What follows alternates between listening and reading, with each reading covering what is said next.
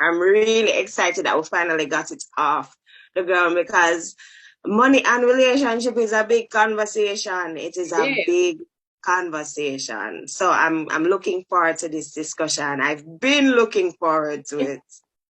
yes. So thanks for joining. Um, Relationships. So I speak about relationships, you speak about finances, and those are two important topics in any relationship that you form with someone, right?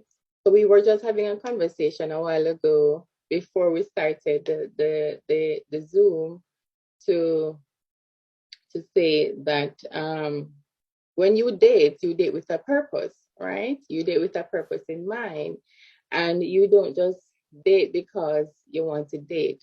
But what is the end goal at the end of it all? And that often has to do with our finances, right? Do we have financial goals for our relationship? So let's hear your point. How does money affect relationships? Over All to you. right. So, well, based on the nature of my job, I Mhm. talk to people in at different stages in their relationship. And what I've come to realize, we have to be very clear what we describe as relationship. True. So I'm gonna share a little experience. Yeah, so going to let the people know the conversation we were having. So I heard a man talking and he's saying he's so upset because women are talking when in the dating stages, they're talking about money and they want money. And I'm listening and I've been listening to them. And, I challenge the information, because I'm like, okay, may I try to understand what is this concern? Mhm. And as I challenge the information, I realized I responded in this way. I said, we need to not confuse DTF Mhm. with dating. Because as you rightly said, dating is with a specific purpose in mind. Yes. DTF is, I guess, as people would put it, two ships passing in the night.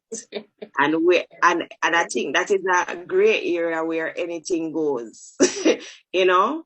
But dating, on the other hand, dating is really a getting to know you process. And I'm glad that you started at dating. So and dating starts with a conversation too. Mhm. So you need to understand the person you're dating as a female and also as a male.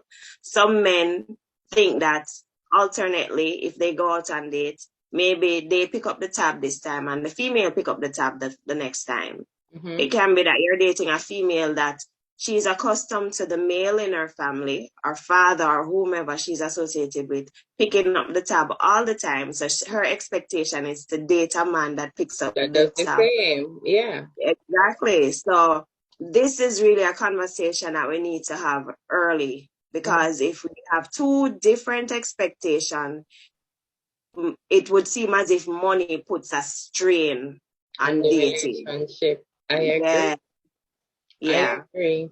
And I'm happy that you mentioned having conversations because in on my platform I always stress the importance of having conversations in relationship.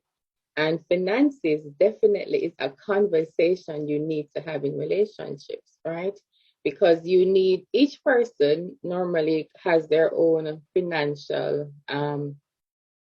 financial issues separately, right? And when they come together as partners, then everything merges as one. And those are some Oh, of the conversations that we need to have, right?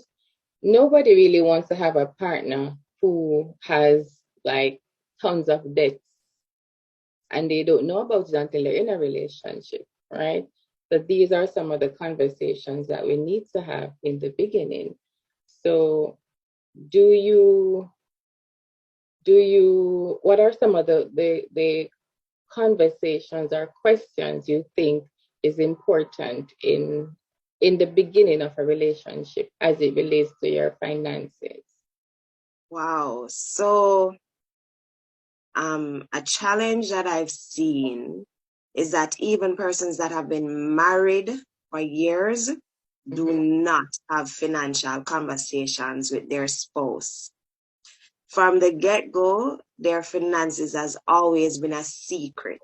And even when persons take on the certain financial responsibilities in the relationship, it usually sometimes just goes without saying.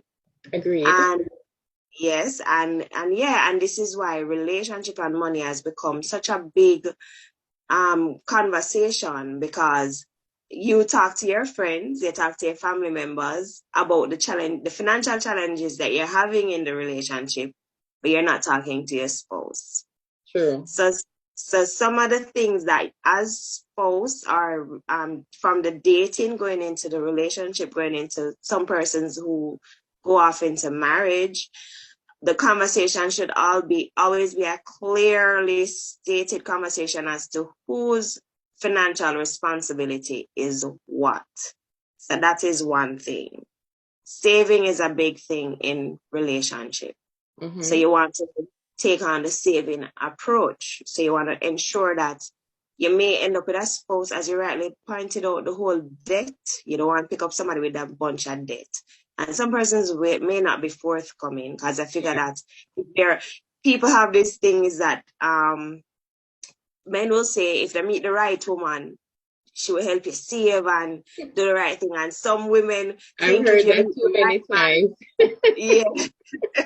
If you meet the right man, you will save and get things together, but it's usually because you have varying goals. So you may be in a relationship where someone is at the point they are in their life, and it's important for you to have a united front. Mm-hmm. So from the get-go, you want to find out what is the common ground. Yeah. And you want to facilitate the common ground. And persons will have when we would have met, relationship-wise, dating-wise, both of us would have had our separate goals. But it is important to know where the cross-section is. Separate financial goals, because we don't want to speak in a general way. Separate financial goals. So maybe you would have met a woman that her intention is to purchase a home. The man may be more interested in starting a business. Those are two varying financial goals. The woman cannot understand why she try to get to a house and the man no want, be more supportive. Yeah. Everything put in at the business, but you have to be clear from the get-go. And you have to see, you have to find that cross-section, and maybe that union don't necessarily not the right union. Exactly. Yeah.